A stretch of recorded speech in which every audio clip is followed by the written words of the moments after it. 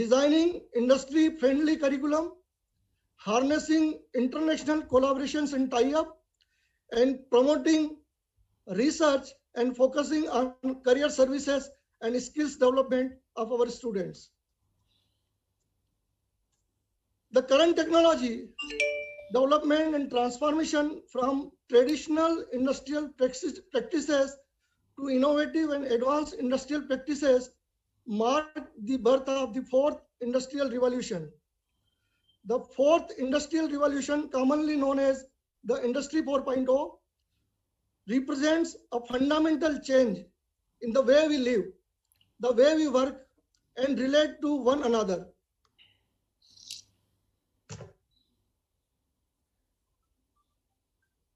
This Industry 4.0 is a new chapter in human development enabled by disruptive technologies like the artificial intelligence, machine learning, Internet of Things, big data, cloud computing, augmented and virtual realities, 3D printing, blockchain, robotics, automation, etc.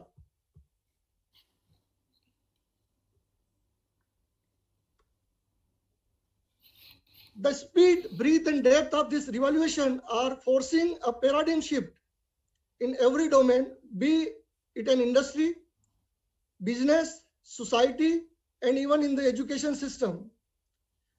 Industry 4.0 is about more than just technology-driven changes.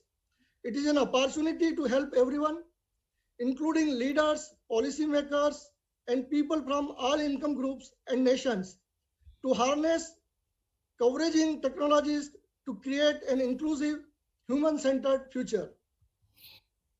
I'm happy to share with you that today the government of India is encouraging and pushing a lot of programs like Atmanirbhar Bharat, Digital India, and Make in India startup. OP Jindal University has set up a Center of Excellence for Industry 4.0 to create awareness and to educate the young generation about Industry 4.0 and provide technical information and solution to the industries and societies. The OP Jindal University, I would like to tell you, the chairman sir, Shas Buddha sir, this university is basically located in a small town, 20-25 kilometers from a district place, Raigad of Chhattisgarh. But the most important thing is the university is surrounded by more than 100 small, medium, and large scale industries. And because of that, we have a very good industry ecosystem. And every semester, the students will go and interact with the industry expert. And also, we are inviting good number of industry practitioners and experts regularly for designing the curriculum and delivering the lectures on the talk. And OP Jindal University made 6-month internship compulsory for all our students, whether they are engineering students or management or the science student. And the result is around 60-65% of our long-term internships are nowadays converting into the placement. And as you all know, the OP Jindal University is supported by Jindal Steel and Power Limited, OP Jindal Group, and because of that, around 30-40% of our students got placed in our group company. And we are very thankful to our Honorable Chairman, Mr. Jindal, for providing all-round support for establishing this Industry 4.0 Center of Excellence. Along with so many Center of Excellence, one most important center is Center for Steel Technology and Product Development. And with the support of our parent organization, we also did many things during this COVID pandemic and established one 200-bed COVID center for the local youth, and also converted our hostels into the quarantine as well as in the isolation center. In this conference, there is a huge response. Around 674 research papers we received, and out of the 674 papers, finally the committee reviewed rigorously, and 172 papers are finally accepted, and all the delegates are going to present around 172 papers in this conference. The ultimate purpose of this conference is just to bring the researchers, the faculty members, the industry practitioners, and the students, and provide them a common platform to discuss the recent trends and technology in Industry 4.0, drive the innovations, and also share the current thinking as well as the innovative practices, and also providing a platform to all the researchers, faculty members, and students to update them with the recent trends and technologies. So with these words, I once again welcome all the delegates, all the speakers present here. One more thing I would like to tell you that in this conference, there will be 2 plenary sessions.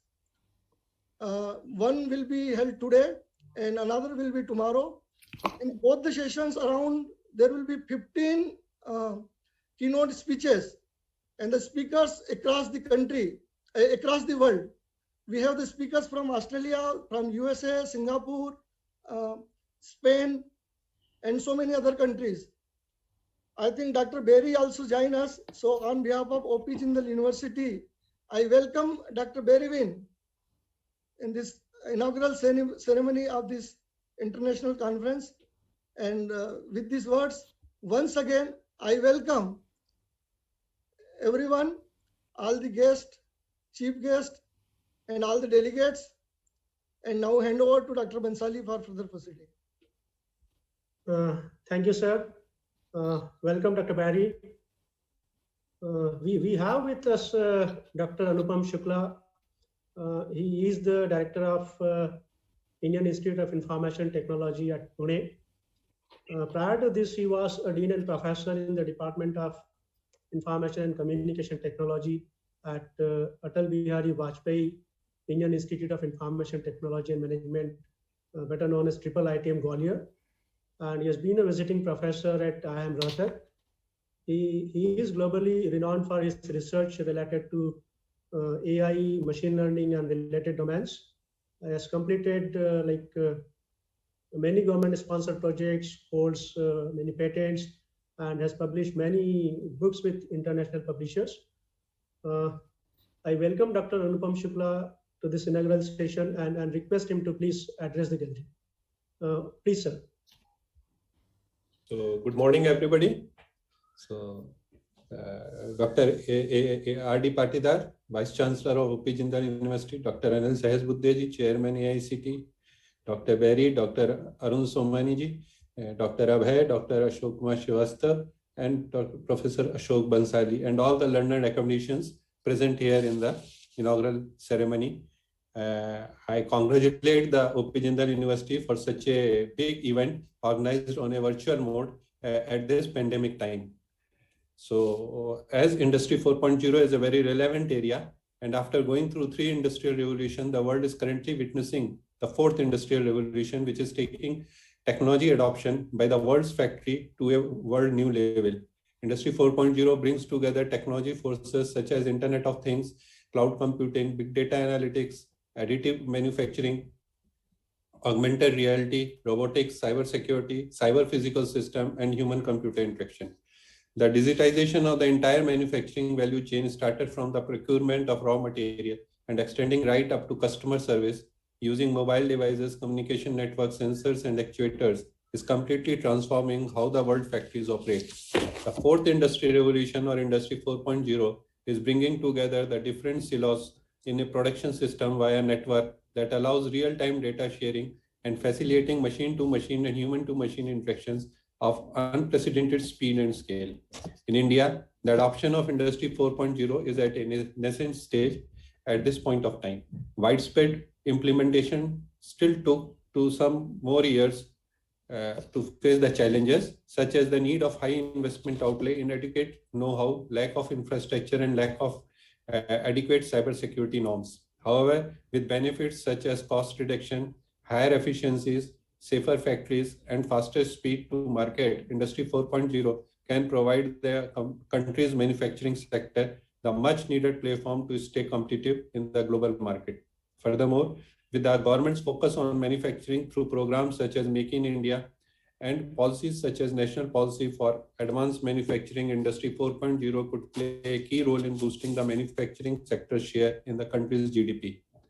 For the true value of Industry 4.0 to be unleashed, it has to transcend large manufacturing companies and become accessible to the 50 million plus entrepreneurs that make up India's MSME sector, accounting for about 45% of total manufacturing output. Given the strong role of advanced technology in Industry 4.0, there is also a need to demystify the core skill requirement of Industry 4.0 through education and empowerment.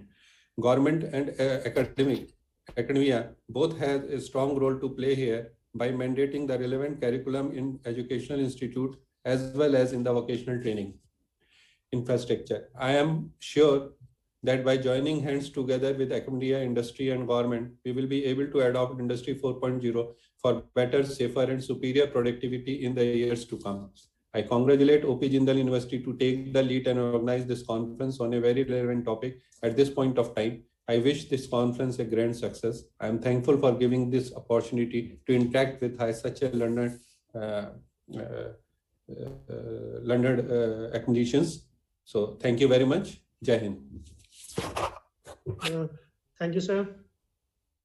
We have with us Dr. Barry Wynn. He is Vice Chancellor of Sohar University, Oman. Prior to this, he has been Deputy Vice Chancellor at University of Bradford, UK, and Pro Vice Chancellor for Research and Enterprise at the University of Hull. He served on a number of community and business-related groups, such as Wilberforce Committee, Walter Center Steering Committee, the Humber Economic Partnership Strategy Group, and many more. He is a fellow of the Royal Society of Medicine and a former educational advisor to the General Optical Council. He has published more than 75 international journals, papers in conferences and journals of reputes. I request Barry Wynn to please address the conference. Over to you, sir. Good morning.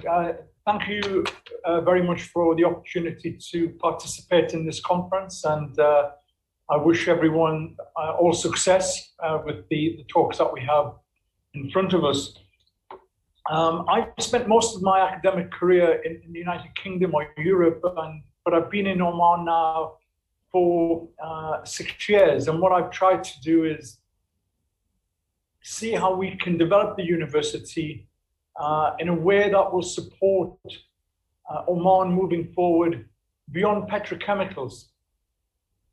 So universities, I believe, have a very strong role to play in both economic and the social development of countries. We're anchor institutions in our cities. Every city in the world has at least one university these days, and it's important we deal with local issues that very often have global reach.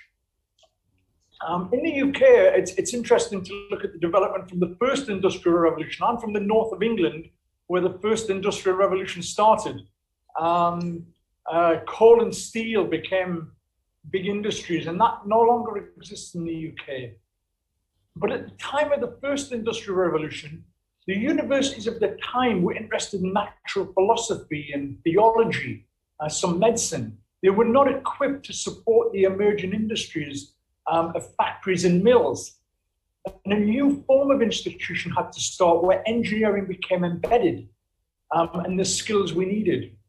And then in the 1960s, for example, we had a prime minister called Harold Wilson who used the phrase the white heat of technology. We had to open up and educate more citizens in the United Kingdom, and we had to embrace the new technology if the UK wanted to be competitive in markets. And that needed another set of universities. So in the 60s, you've seen a lot of new universities start, including places like the University of York, University of Bath, some very fine institutions, but they're just over 50 years old. In the 1990s, John Major was our prime minister, and he created more universities to deal with the digital age and to deal with more healthcare. So as we enter the 21st century, we need universities that are outward looking, that are progressive, that are willing to work quickly. So when you work with business, They can't wait for the 3-year PhD to finish. They can't wait for the 4-year undergraduate course to finish. They very often need solutions now. They need solutions quickly. So we have to be fleet of foot. So we have to use different models.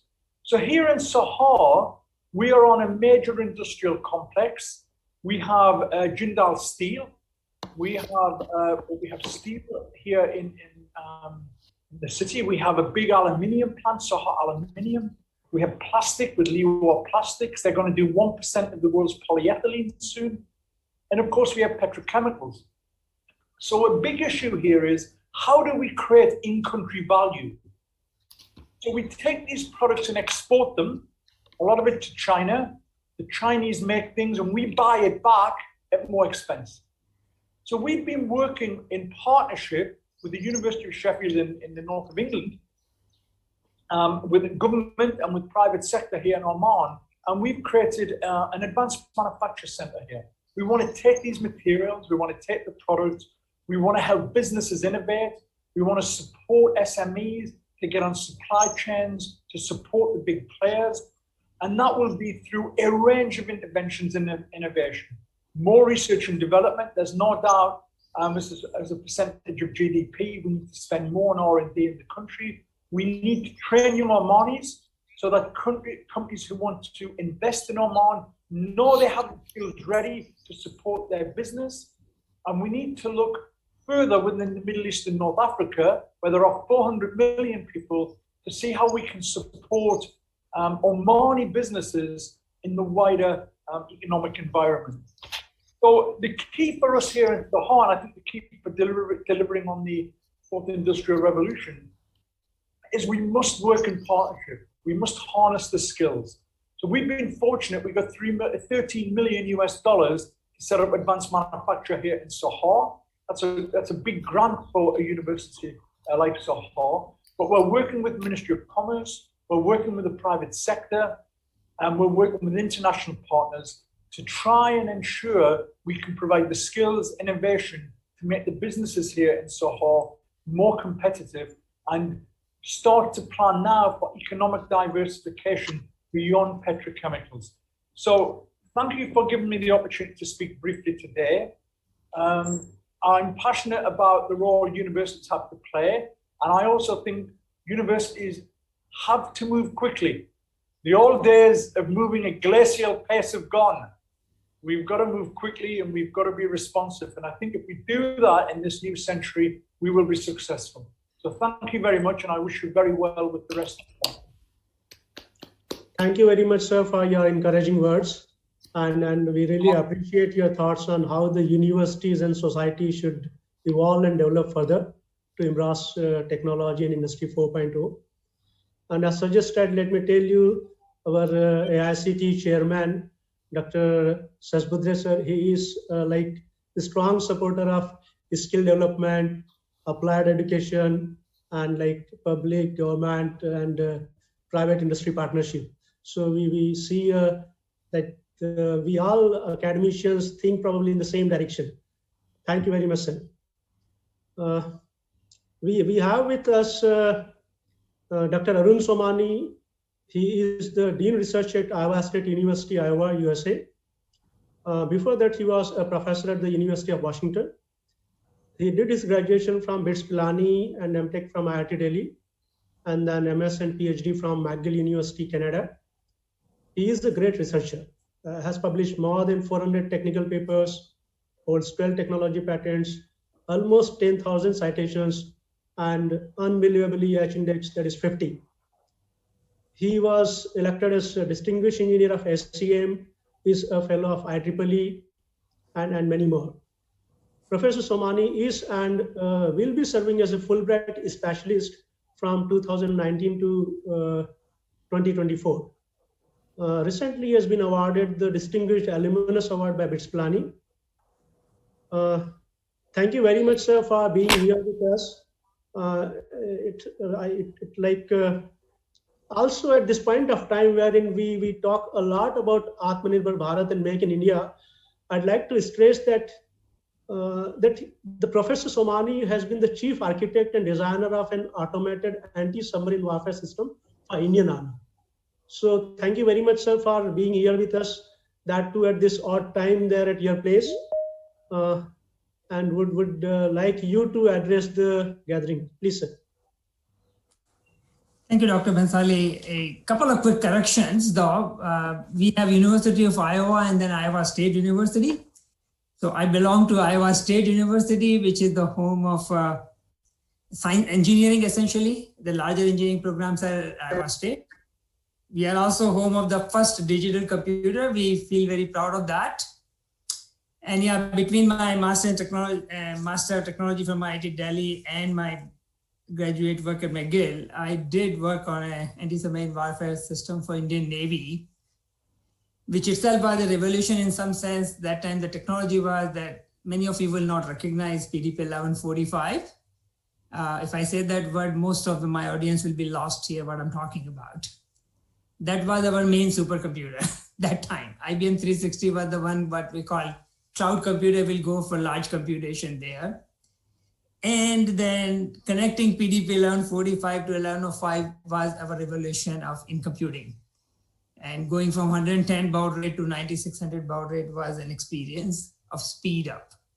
So that's where we were when I was working at DOE, which is Department of Electronics, now known as Department of IT, I believe, or IT department, something like that in Government of India.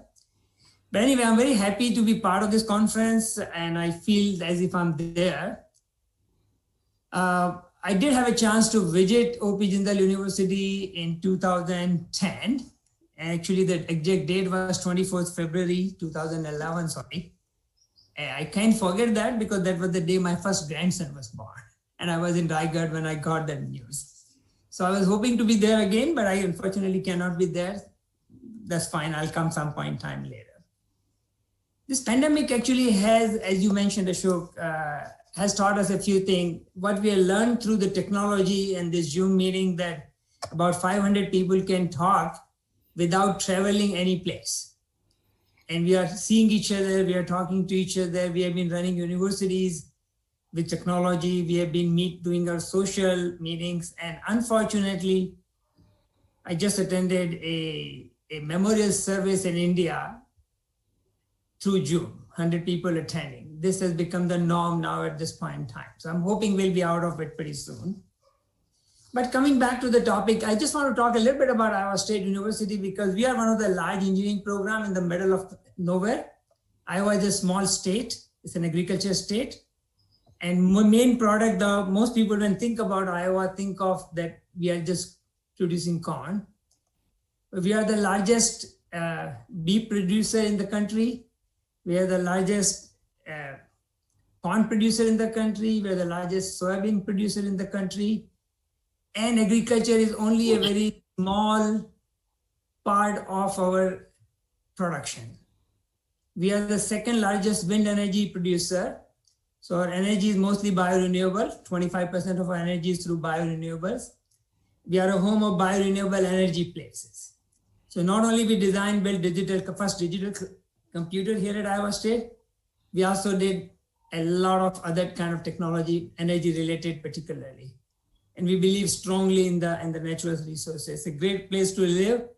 Clean air, clean water, cheap land, cheap energy, clean water. What else you can ask for?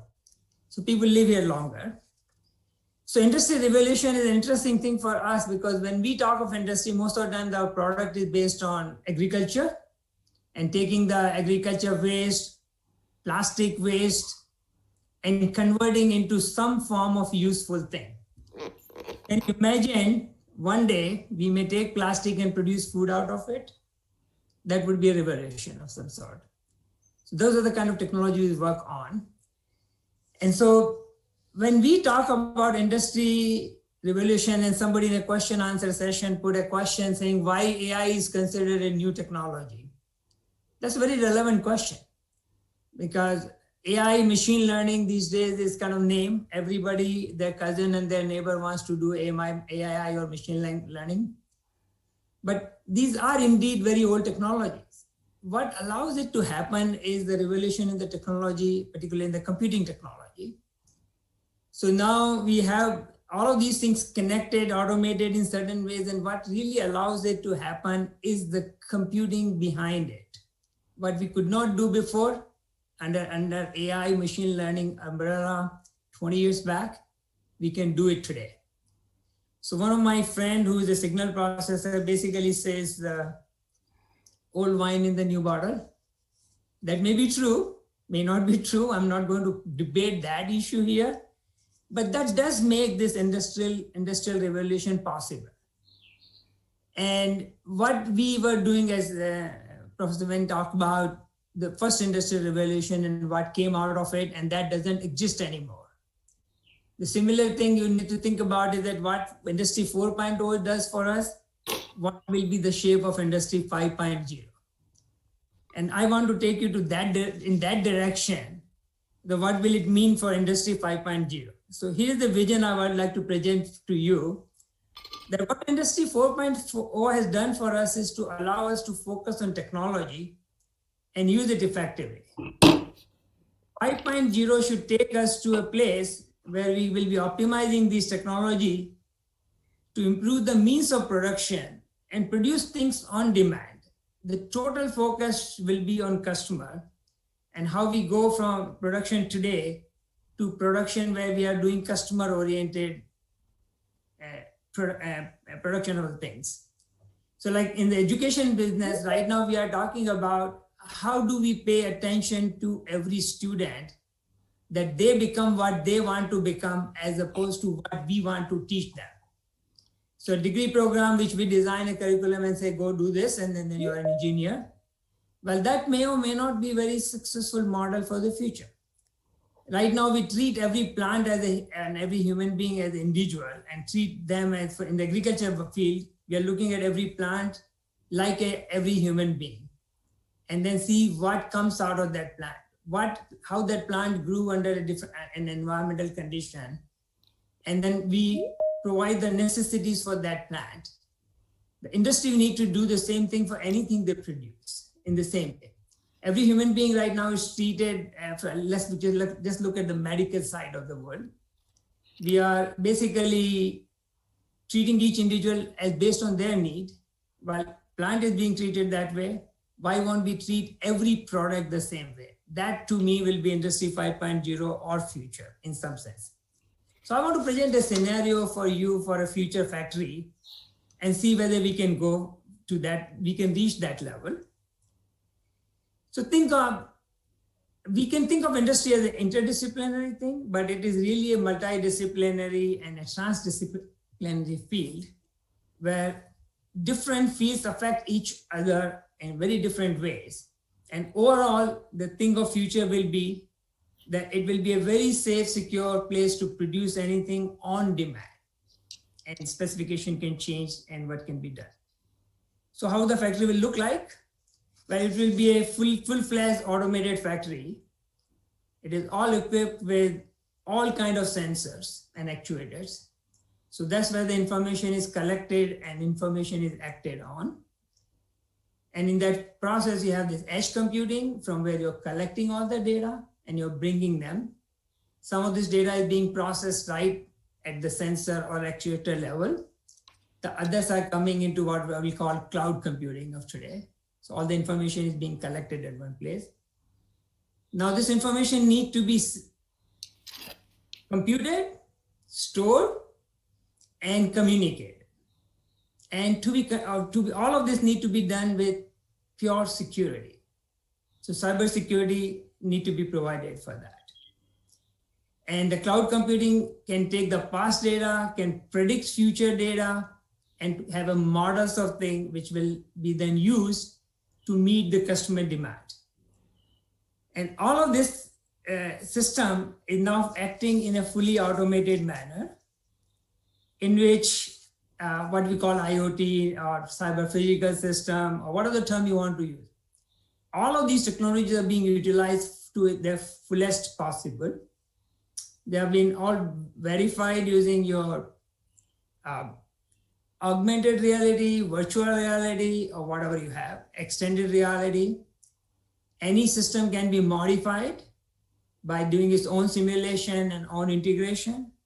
and the system actually is able to repair. So I don't know whether anybody watched a movie or not, but about 20 years back, there was a movie where the kind of first robotic thing was coming up, and there was a robot, and there was a student who was from Gujarat, India. And basically they designed the robot where the robot now is pretty self-contained. It can read books, it can decide what to do with itself, it can self-repair, it can fix itself. And now this particular factory, which is kind of completely automated, integrated, and has been put together. And what all we have there is, and I'm going to make a joke here at this point in time, that there's a man, or let's call it person now, because we want to be living in a more modern society, and there's a dog. So the job of the man is not to worry about the factory. Factory runs automatically. Everything is automated. So the person's job, the employee's job is only to feed the dog. And what is the dog's job? Dog's job is to make sure that the man doesn't do any mischief. But the rest of it is all fully automated. And the intent here is that now think of this system. It is such a complex system where everything is coming together, and the system needs to work in a flawless manner. Do we have these technologies? We do. I mean, all of these technologies we heard in different contexts. AI exists, machine learning exists, edge computing exists, cloud computing exists. We have the best possible networks. We have challenges though. Each one of them has some issues, and we need to be working on those, that how do we remove those bugs. And where I'm taking you there is that when I was working on this anti-submarine warfare system for Indian Navy, everything which worked in my lab environment, and it took me 8 years to work on that project, I learned how little I knew. We delivered the system to Navy, and it was installed on 2 ships in India. We practiced on the ships and we delivered it to Navy. But what I learned was that I very little I knew, and I needed to learn more. So in this whole revolution, all these technology, when they work, they're wonderful. Where they don't work is where the problem comes. And that's why I did my PhD work in the fault-tolerant computing area. I wanted to design a system which will continue to function when the faults occur. And the point I want to bring here home today is that in order for this automation to work successfully, we'll still have a lot of challenges. Take the simplest one, like cybersecurity. Just in US, last week, the entire power plant, plants had to be shut down because of the ransomware attack. And because of that, the gas prices increased by 30% in this 1 week. So that's the dynamic example of a dynamic system where how the system can be brought to a halt, and we need to fix that piece of it. So in order to use the technology effectively, we possibly have all the technologies done, and evolution will continue to happen. And it's happening at a faster rate than we can imagine. But fixing those challenges is what the goal of our community should be. That is the faculty and the students of the universities. And we basically need to train these students to be constant learner who are looking at this society's big challenge problem and solving them. And this is where I see the role of conferences like this, which brings a multidisciplinary and transdisciplinary and cross-disciplinary crowd together to address the problem. So when Dr. Padilda mentioned that there was 172 papers to be presented out of a 600 number of papers, that's a large intellectual power we are going to see in 1, 2, 3 day period here. And I'm really hoping to learn that everybody learns on this conference and try to help solve some of the challenges, learn more about them and fix them. So that's the message I have for you, is that let's try to work towards Industry 5.0, but maybe it will be 6.0, or maybe I'm simply imagining things here. but whatever I'm imagining, that can become reality. I don't think I thought about a computer in my cell phone to be more powerful than what I was using in my lab when I was working on my project. Well, that happened. So things can happen. And I really hope that we learn a lot from this conference. And I wish all the success to the participants in this conference. Thank you, Ashok, for inviting me. Thank you. Thank you very much, sir. It is indeed wonderful to understand Industry 5.0 in the conference of Industry 4.0. And this kind of extreme customization at the individual level, that probably is the essence of Industry 5.0. And then I'd like to share here that Dr. Somani is the pioneer in fault-tolerant computing. And we would really love you to be here at OPJU, sir, once again. Whenever the situation allows, you are most welcome, sir. Thank you for the invitation. It's our pleasure, sir. So now this is in any conference, one of the wow moment that we always want to have is the unveiling of the souvenir. But we really found it difficult during this pandemic and complete online virtual mode, what to do and how to go ahead with this. So we have come up with an innovative approach wherein we prepared a video which kind of unveils the souvenir. So with the permission of the chief guest and other guests, I'd like to unveil this video, which is kind of unveiling the souvenir for this conference on emerging trends in Industry 4.0. May I, sir? Yeah, absolutely.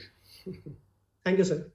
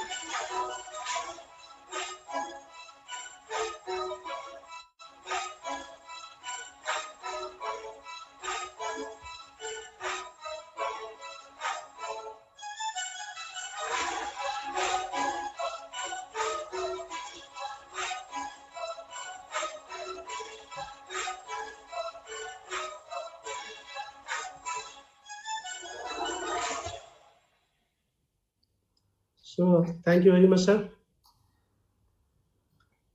And we also have we want to make use of this opportunity to launch a journal in School of Management. So I would like to hand over this session to Sheshdev sir to briefly describe and launch this journal for School of Management. Over to you, sir.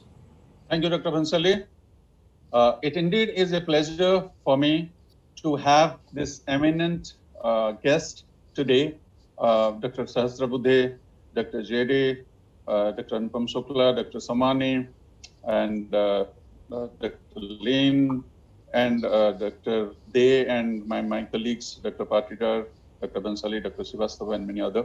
I mean, this journal would not have got a better platform for its inauguration.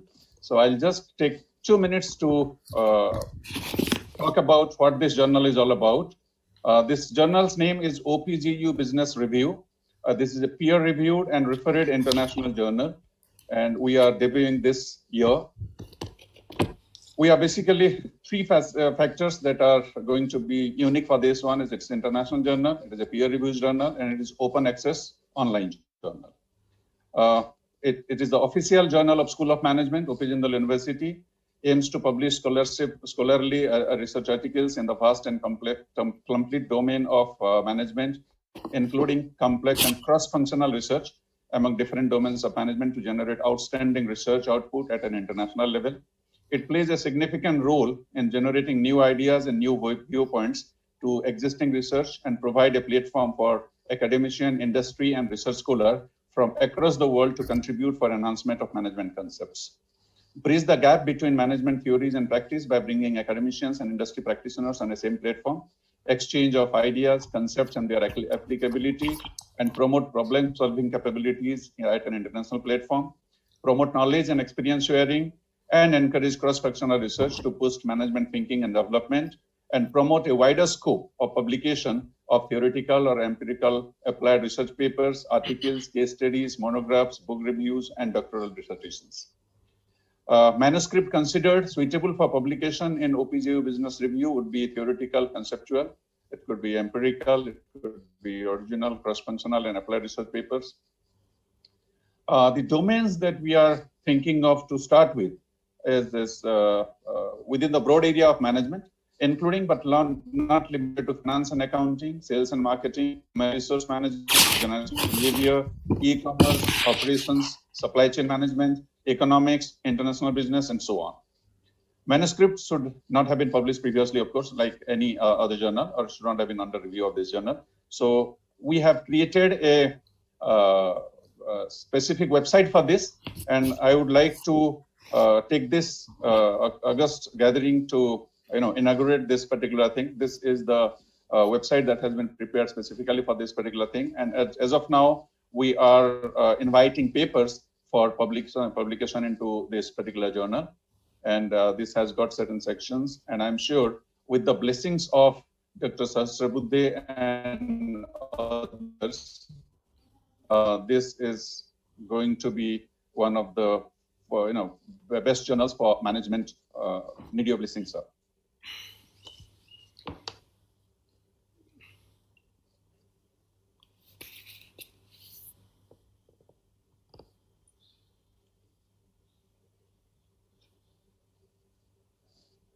Thank you.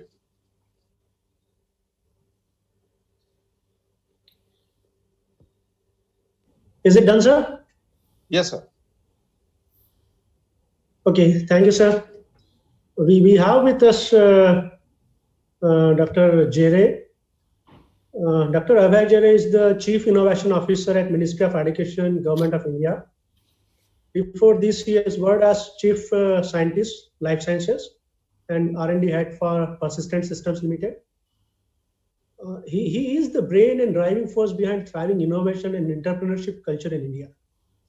Some of his initiatives include Smart India Hackathon, Atal Innovation Ranking Framework, Institutions Innovation Council, National Innovation and Startup Policy for Faculty and Students.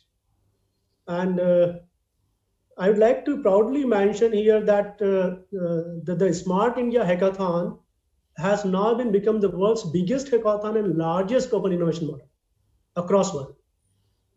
Dr. Jere has received multiple awards, including Digital Thought Leadership Award by World Assessment Council, Boston, USA, the Distinguished Alumni Award by ICT Mumbai, Dr. Shama Prasad Mukherjee Award, and many more. We are very lucky to have you here with us, sir, and would like you to please address the audience. Over to you, sir.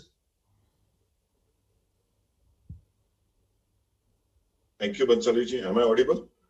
Yes, sir. Yeah. Honorable Professor Shri Anil D. Sahasrabuddhe-ji, is my guru, father figure, and maybe the best chairman AICTE ever received in its history. Dr. Patidar, Vice Chancellor for UP Jindal University, and all the dignitaries which are present here. It's very difficult for me to speak in front of Sahasrabuddhe sir because the way he speaks and mesmerizes the crowd, it's simply very outstanding. But anyway, I will try my best to do and convey what I wish to convey at this August gathering. First, I would really like to thank UP Jindal for organizing this virtual conference, and I see the attendance quite good. We have, I think, 510, 520 people directly joining. Sir, sorry, sir, I would like to interrupt you here. Sir, we have a Zoom capacity of 500. Yeah. And then that's what I was coming to. And then you are live also on Facebook. Yeah. Please, sir, continue. Yeah. So it's quite a good gathering. And it's an honor to actually speak in front of this gathering. I was listening to the earlier speakers and the way Dr. Somani-ji actually talked about extended 4.0 scenario or 5.0 scenario.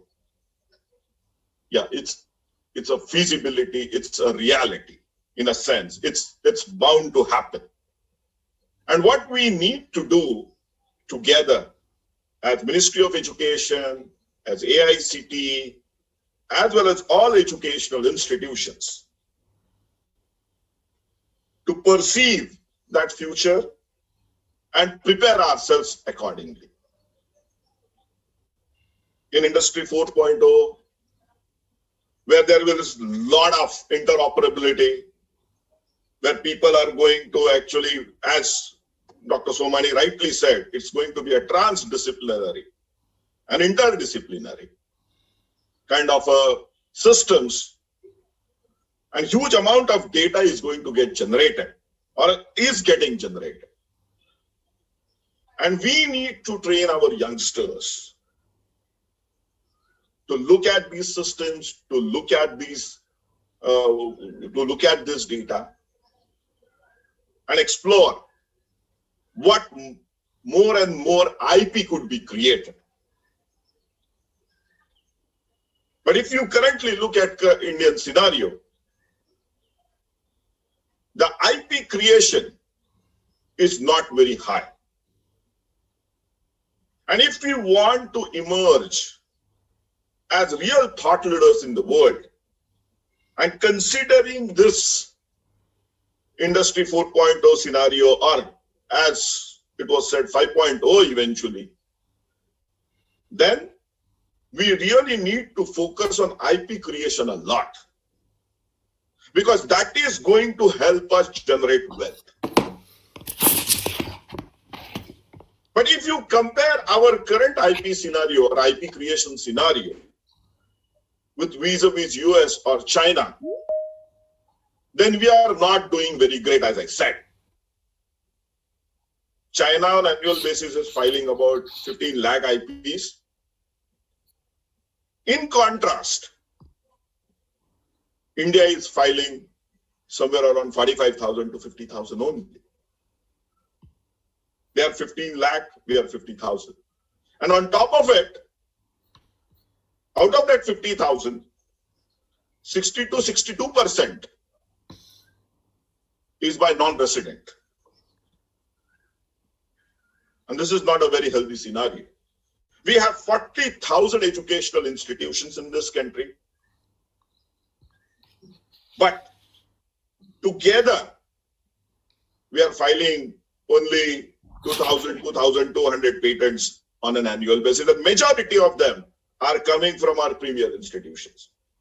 We can safely say that 85% of our institutions have never filed a patent, ever. And they completely lack an ecosystem for taking ideologically forward and owning up those ideas. Because if we have to emerge as global innovation hub, as global startup hub, then as educational institutions, we really need to ensure that we push our faculty and students to work on IPs rather than chasing marks and grades. If you really look at on-ground scenario currently, in majority of the universities, in majority of the academic institutions, students are still chasing grades. They are not chasing ideas. And that has to change. We really need to push our institutions, our students, our faculty members in that direction. And under the guidance of Professor Sahasrabuddhe sir, Ministry of Education's Innovation Cell at AICT is actually doing multiple efforts. We got National Innovation and Startup Policy for faculty and students. And the reason we got that, because we wanted to unshackle our faculty members and students. We wanted to have a very, very clear guidelines on IP sharing. We wanted to have very clear guidelines on revenue share. Because earlier, there was a lot of haziness around these aspects. Some institutions used to ask for revenue sharing as high as 50% or 60%. If 50% institution is going to take nikal lene wala or take away from the faculty, 30% if income tax is going to take away from the faculty, then what's there left with the faculty member? You know, then he is not going to get inspired to get onto this track. Also, large number of institutions used to claim for IPs of the students, of the faculty members as their own without giving any support. So we said, we have to change this. Equity sharing. Without any support, institutions used to ask for equity as high as 30%, 40% within a startup. We said that also needs to change. So we have got this policy. And as government, we really need to come up policy interventions, hand-holding systems, so that we unshackle, as I said, our educational institutes and create a right kind of culture, right kind of ecosystem for them to flourish, for them to compete and emerge as islands of innovation. Because if India has to achieve this $5 trillion economic goal, which we all are aspiring from, our Prime Minister has given us that direction, then we need thousands of islands of innovation within our country. And there cannot be better places than our higher educational institutions. And higher institutions like OP Jindal University, which is very, very focused on technology. So we need to explore how we can take all these things forward, how we can all join hands, collaborate, work together, so that right ideas from these institutions are taken forward. Right ideas which not only have national relevance, but also international relevance. are nurtured properly, they are given all the required support, maybe the initial seed funding support, which now AICT is giving. We are trying to fund about 100 projects through a national challenge, up to 10 lakh rupees for prototype development.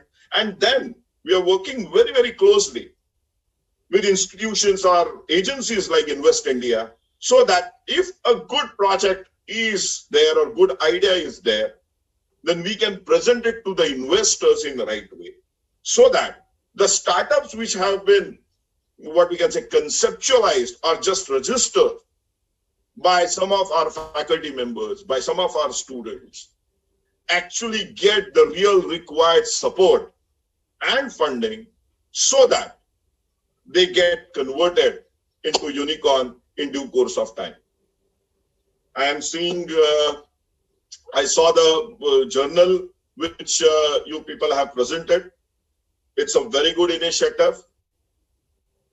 We should highlight right kind of case studies across the world, because what we really need to do in, and it may not be very technical journal also, to be very honest with you.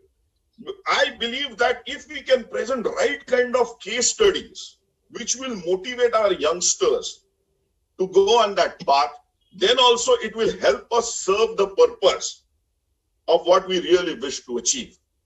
So I wish you great luck for this conference for next 2 days.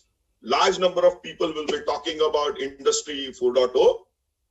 And I hope that this culture, this concepts get penetrated within our youngsters, and they think of picking up projects, working on ideas, which are not only relevant today, but even tomorrow also. So thank you very much. Namaskar. Thank you, Abhay sir.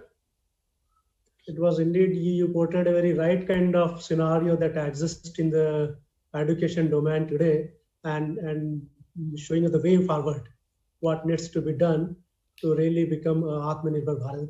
And that is how we really will be able to get benefit out of all these innovations and initiatives like Digital India, Make in India, Startup India, everything will be realized then only. Thank you very much, sir.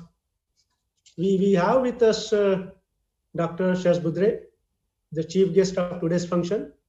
And I don't think that he needs any introduction. Certainly, it's not needed for the technocrats, the managers, and the universities. But I'm bound by the protocol. So he is the chairman of AICT, the apex body of technical and management education in India. He obtained his master's and doctoral degree from IIT Bangalore and is a professor of mechanical engineering at IIT Guwahati. Prior to this, he has held several important academic, research, and administrative positions at Indian Institute of Science, Bangalore, Data Consulting Engineer, Northeastern Regional Institute of Science and Technology, and IIT Guwahati, of course. He is the chairman, Basic Scientific Research, Empowered Committee of UGC, and Swayam Board. He is a fellow of IST, IET, Institution of Engineers, and many other societies and professional chapters. He has been bestowed with several awards, including Maha Entrepreneur Award 2011, Jeevan Gaurav MIT World Peace University, Mahatma Gandhi Leadership Award from Indian Achievers Forum and CSR Times. So, sir, we are all eagerly waiting for your blessings and kind words. Over to you, sir, please. Good morning, everyone. Thank you, Dr. Ashok Bhansali.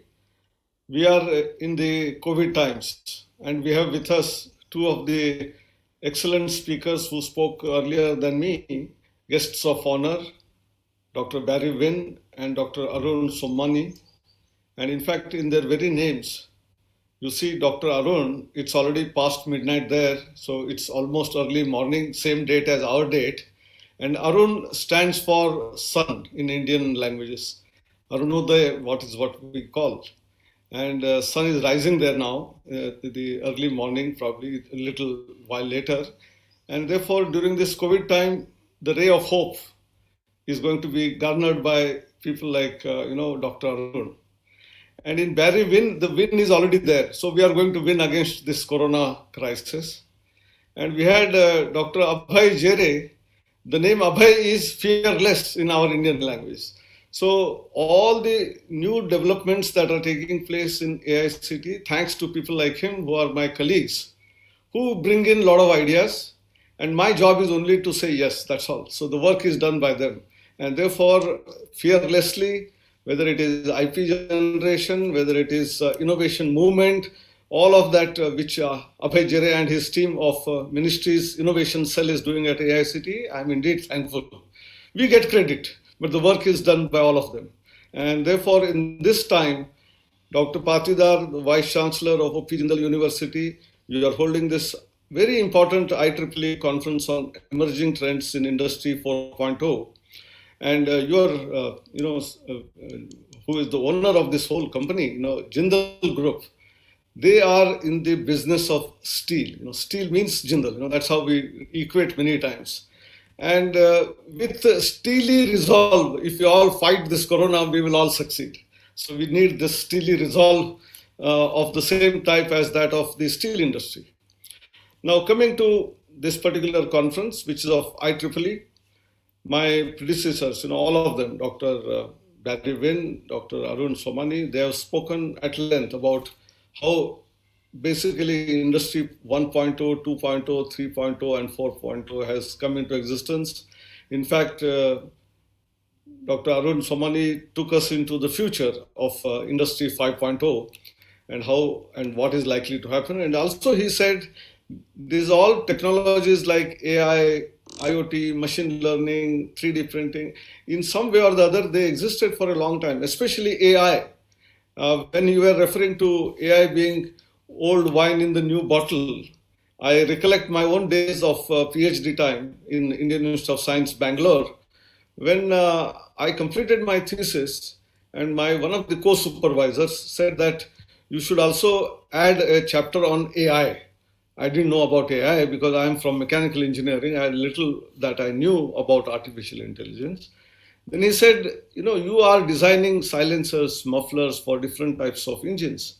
Why can't you have a conglomeration of all this data put in together? And computers were already in place. We had already moved on from ordinary PC to XT to AT to just Pentium machines had not come, of course. It was up to 80. I was student around 80s. So there were PC 80s.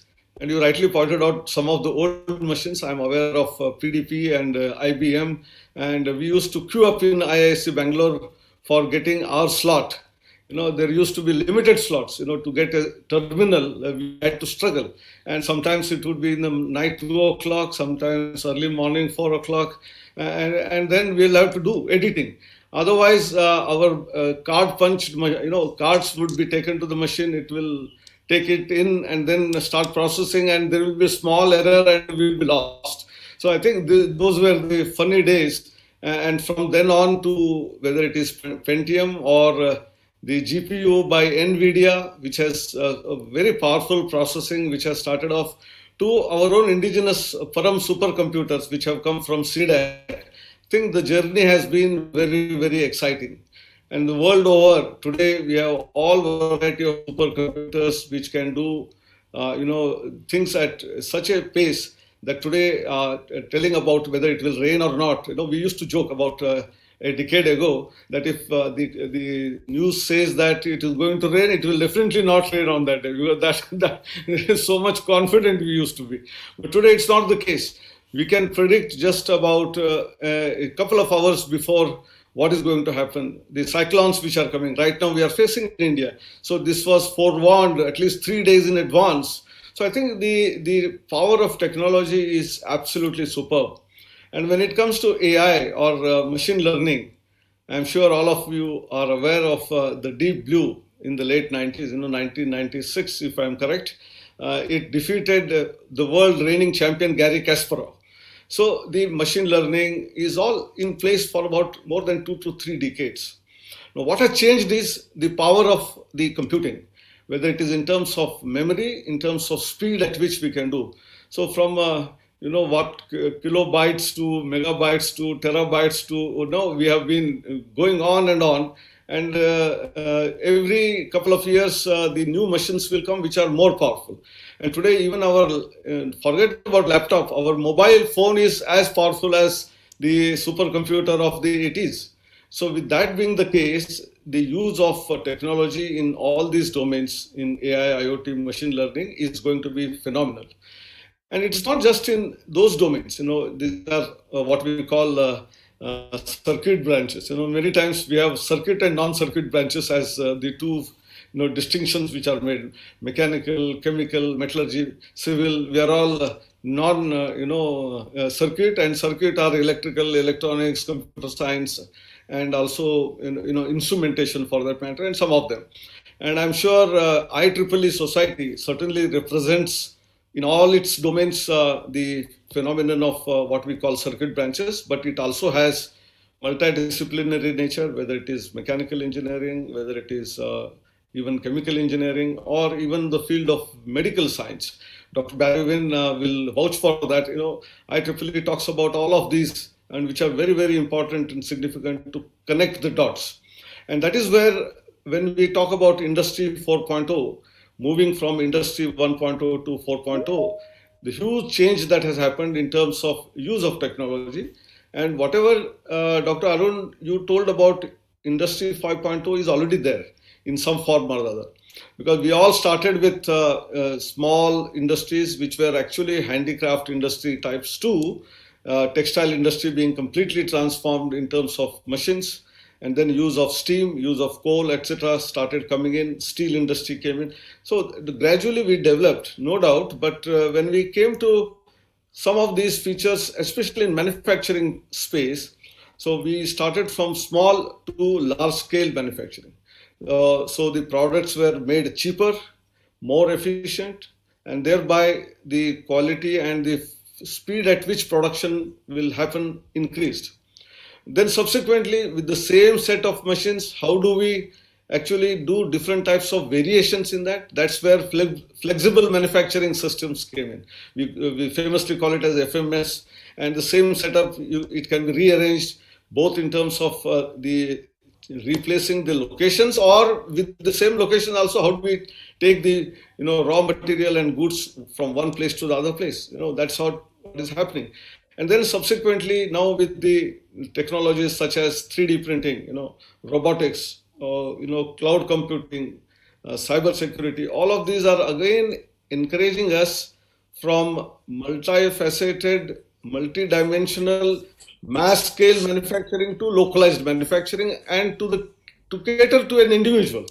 And many times I have been joking that in our auto industry, about 2-3 decades ago, when we were students, we used to say that for a new model to come up from Toyota or some industry, it used to take 7-8 years of cycle. Today, with a huge number of software that are available, both for finite element analysis, finite difference analysis, whether it is Fluent or ANSYS and all those types of software, as well as AutoCAD and many other phenomenon, we can actually design. And then using technology of 3D printing, we were able to do it as fast as possible. And the life cycle has reduced, creation of a new model from 6-7 years down to maybe 6 months. Very easily we can do it. Why not tomorrow, as you said, in Industry 5.0, a person will sit at his home with a software which is available at his disposal, decide what type of engine he wants on his automobile, and then also what type of facilities are there, what type of shape, what color, and send this file to an auto industry, and they will print it, assemble it, and in one fortnight will be delivered to your home. This is not a very far-fetched thing, because when Deep Blue can play with a human being and can defeat, so I think all of these are extreme easy possibilities which are likely to happen. And Abhay Jere is smiling. So he is right now conducting what is known as Drug Discovery Hackathon. During COVID, we had several hackathons. One of them was called Samadhan, the Ideathon, and Toy Hackathon. And one of them, which is very significant during this COVID time, is the Drug Discovery Hackathon. So similarly, for any drug to be discovered, it takes a cycle of 6 to 7 years, because you have to have hundreds and thousands of, or rather millions of possible molecules. You go on reducing them into a few thousands, and then start practicing in the laboratory to test them, and then on the first animal, then some human beings, and then finally roll it out. So we had no time. When COVID crisis came in the last January 2020, we had no choice, but many countries of the world immediately swung into action, and many countries have developed new vaccines. Otherwise, these vaccines would have taken at least 5 to 6 years to develop. We have been able to do it within a year. Within 7-8 months, something rolled out, another one. So today we have scores of them available, and I'm sure with this kind of an hackathon where this knowledge is made aware to all our college students, drawn from science, that means physics, chemistry, biology, to medicine, to pharmacy, to even computer science students, because a lot of parallel computing is required to analyze those molecules and get to a more focused molecule, which is likely solution. And therefore, all variety of branches of engineering and science will have to come together. And that is all what about Industry 4.0, or in future Industry 5.0.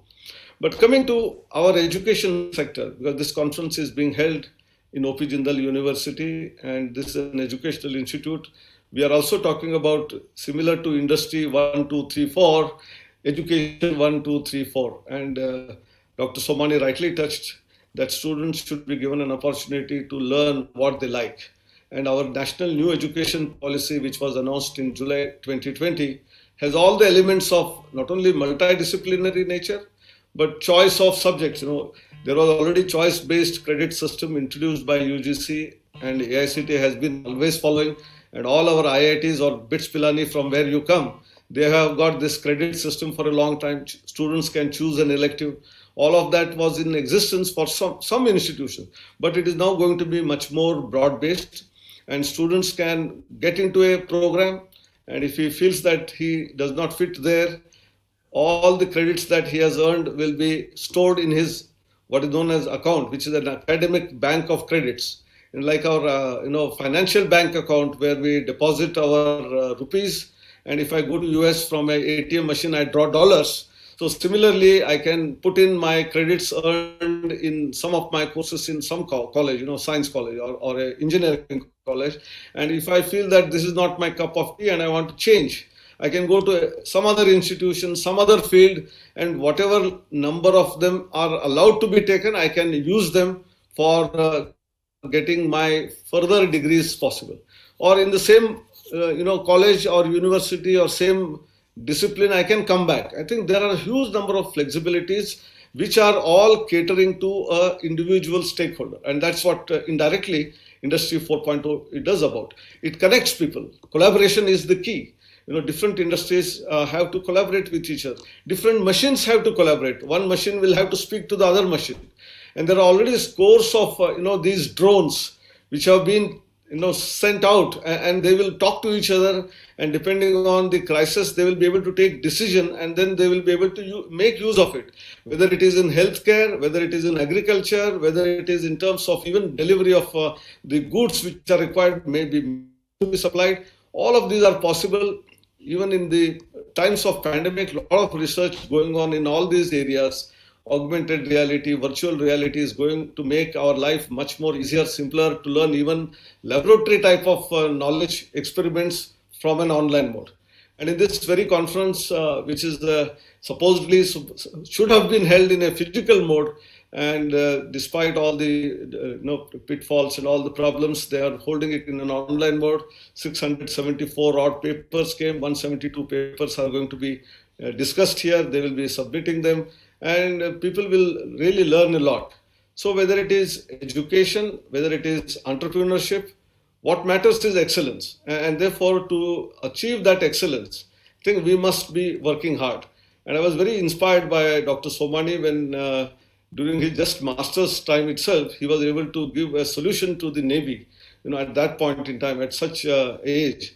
And I now remember my own mentor from College of Engineering, Pune, the chairman of the Board of Governors then, now he is no more, Dr. F.C. Kohli.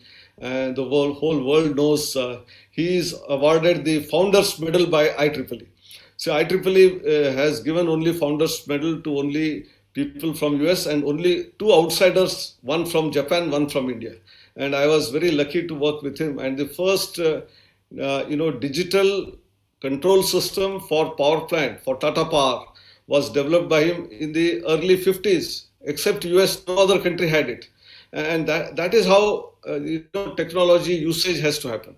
So on one side, when there is technology, we are talking about education 4.0, whether it is quantum computing, all of that is important, but nevertheless, human beings are going to be equally important. You gave the story of a man and a dog sitting in the factory. Today, probably even dog is not required and a man is not required, because you have all variety of sensors which can be put in place, and even the logic or the software which will be given if but not on whatever, no, if not, if this, that, all kind of, in this some computer coding, if you do it, it will keep on monitoring. And if there is anything which is happening which is not right, it will immediately not only have the siren, but it will create a virtual scenario where a robot or a drone will go and hit that fellow who is trying to damage the system. All of these are not distant realities, but these are all possibilities of today. And therefore, we have at our end many things which we can do.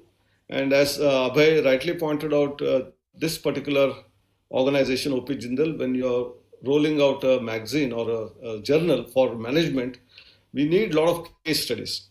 Case studies of all variety. How humanity survived during this COVID time itself is the biggest case study. And this is the first such, pandemic which has affected almost the entire world.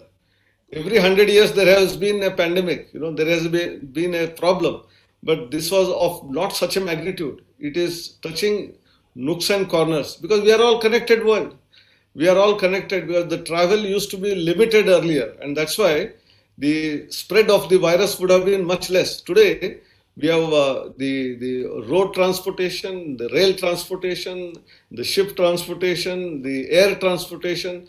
I think all of this is connecting the world, and therefore spreading of such kind of pandemic is very fast.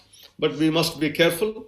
We must make use of technology on one side to avoid this thing to happen. And on the other side, even if it happens, how do we control? The damage control is very, very important. I think that is where our, industry 4.0 and emerging trends in industry will have to do. It is not just for medicine, it is for agriculture, it is for healthcare, it is for education, it is for transportation, for every activity. The industry is supporting us through use of sensors and connectivity through what we call, fiber link, which is there, or radio link, which is there, satellite link, which is there. So we must make best use of each one of these technologies for the betterment of mankind and make this planet a better place to live. And that is the role that educational institutions have to play, do research, do innovation. Thereby we support our entire human society. And why human society? Today we are also worried about entire environment, whether it is plant species or other animal species. We have to take care of all species. Otherwise, God-gifted planet we will be spoiling. So with these few words, I conclude, and thank you very much for inviting me on such a very important occasion of this international conference of IEEE on a very important topic being discussed. Namaskar. I do want to make a comment that you were the first one to quickly recognize that the man and dog were really not needed. And that was the point I wanted to make, that they were there just to keep each other busy, and the factory is running on its own kind of thing. So thank you for noticing that. Thanks. Yeah, so now I would like to take up this session now for inviting Dr. Ashok Bansali to propose the vote of thanks. And before that, I would like to convey to our Honorable Anil sir and Dr. Jerry also. The OP Jindal University has established one OP Jindal University Innovation Center. And also we have established recently Center for Steel Technology and Product Development, and under which we have started this innovation work. And also we are providing huge support to the research, and we are very young body in the university domain. And however, since last 3 years, we are continuously spending huge amount for supporting the research and innovation as well. And I hope with the blessings of Anil sir and with the huge cooperation of Abhay sir, will do definitely great in future. So now, without taking much time, I would like to invite Dr. Vansali to propose the vote of thanks. Thank you, sir. So once again, I feel honored and privileged to get this opportunity to propose a formal vote of thanks on this specialty. This is one of the proudest day in the history of our university. Today we are hosting first IEEE International Conference on Emerging Trends in Industry 4.0. On behalf of OP University and organizing team, I convey my regards and hearty thanks to our chief guests and other guests for blessing us with their presence. I extend my sincere gratitude and thanks to Dr. Abhay Jere sir for joining us to make this occasion a special one. A very special thanks goes to Dr. Somani for keeping awake at this point of time, around probably 12:30 a.m. in AMS hour. I also extend my sincere thanks to Barry Wynn and Dr. Anupam Shukla that they took time out of their busy schedule to make sure that they join this inaugural session during this pandemic time. I'm also thankful to Dr. Patidar and colleagues for extending all the support and help at every stage. Also, like the Kritika, Mr. Harsh, Mr. Devasis, Dr. Munmun, they have joined for the plenary session 1. So I welcome you all at this point of time. And immediately after this session, we'll be going ahead with this plenary session 1. We'll start sharply at 11 a.m. Lastly, thank you again to everybody for making this event a successful one. Thank you very much. Dr. Ashok, there are questions in the question box here. So I think... Yeah, we should entertain. Just 1 second, let me take up this question. Probably the first one is to Abhay sir. The question is, Indian patents take more time to get published and grant. Now many professors apply for Australian patents and getting granted in few months. Possible for reviving the procedure and processes for Indian patents? Yeah, so we are working very closely under guidance of Sir Buddha sir with Ministry of Commerce in this regard. DIPP or DPIIT, which department which handles IP filing. We are working on 2 aspects. One is this process, and the second one is actually the fees associated with filing. So we have some success in terms of fees. Now the fees for filing are going to go down substantially, and a gadget will be announced soon in that regard. So that is one. And I am in touch with Director General, Indian Patent Office on how we can speed up things. And according to them now, they have reached a stage where they are currently handling applications which are filed in 2019. I know it's still not very fast as we would like to see, but yes, the situation is improving, and at least according to them, what they are saying, in next 2 years, they will actually get into real-time process or real-time handling of. That's what at least they are conveying, and internally they are discussing. Dr. Zamir has one observation. He observed that many online business sellers like Samsung, etc., the tele executives were of no use in solving our complaint issues. Then they talk like parents. It is better to use AI in these companies like Samsung for online business. Your opinion, sir? So I assume Dr. Somani, would you like to say something on this? Or anybody else? A lot of people who can answer that question better than I can, so I'll let other people try. No, I think, even for using AI, ultimately the knowledge base has to be created, which will come from the human beings. And that's why initially, naturally, all such type of questions, the problems, how to fix them, have to be, all correlated and put in place. And then probably chatbots and using AI further knowledge base will expand. And gradually you will have better solutions, better answers. Then untrained man giving some answer compared to that AI-based chatbot giving answer, there will be a big difference. But in the beginning, of course, human beings are required and important. And that is the limitation. You know, some of you are asking what are the limitations. Limitation, one is the cost. The other one is till we reach that level of excellence in terms of the entire knowledge base being, ideated and coded. AI is no use. AI requires a lot of input background. It is not self-learning till such time that it has enough data which is available. And that is the role that educational institutions and industries have to continuously create. Only one comment I may like to add is that sometime when you have large amount of data, it probably becomes impossible, and it also becomes complicated to explore it more systematically. So AI techniques tend to explore different dimension differently. And it's not clear sometimes that whether we know the order of the dimension in which we should explore the data. AI techniques allows us to explore data in different dimension, in different order, and that sometimes discover something which we otherwise cannot look at it in a systematic manner. So that's where the AI differs from systematic exploration, that its exploration method is probably entirely different.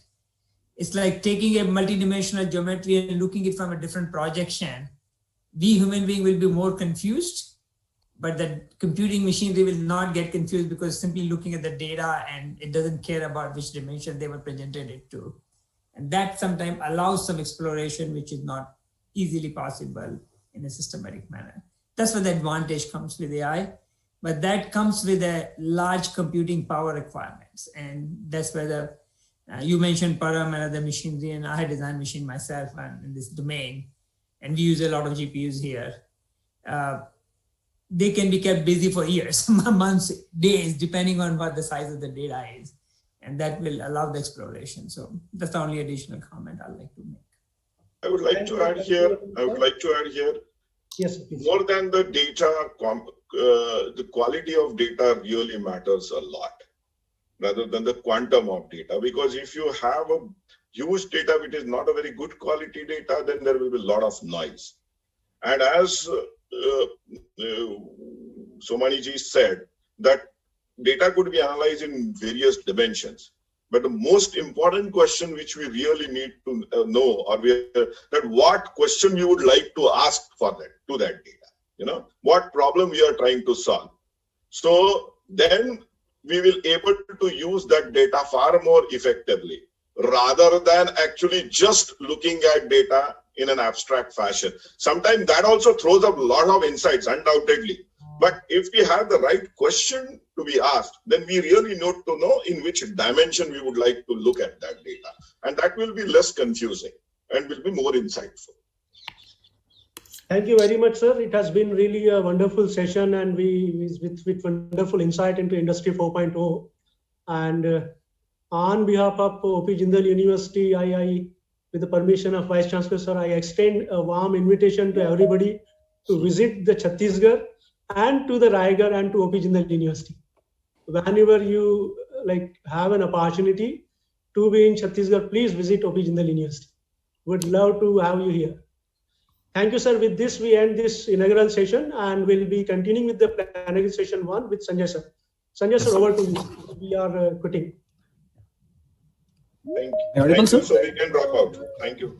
Thank you very much, sir. Anil sir, thank you very much. Thank you, Jere. Thank you, Dr. Thank you, Dr. Somani. Thank you, Dr. Shukla. Thank you, Dr. Bean, for sparing time from busy schedule and part of this conference and blessing all of us. Thank you. Special thanks to Anil sir, Shastrabuddhe sir, for your motivation and blessing to all of us. On behalf of the university faculty and on my own behalf, I can assure you, sir, we are put 100% to give quality education to youth of this country, and also the OP Jindal University will contribute for the better of the society and for the nation also. Thank you, sir. Thank you very much. Thank you very much. Yes, sir, please continue. Yes. Thank you, sir. Good morning, all the respected dignitaries and participants. Dr. Sanjay, Professor, Department of Humanity, and on my own behalf, welcome you all to the first plenary session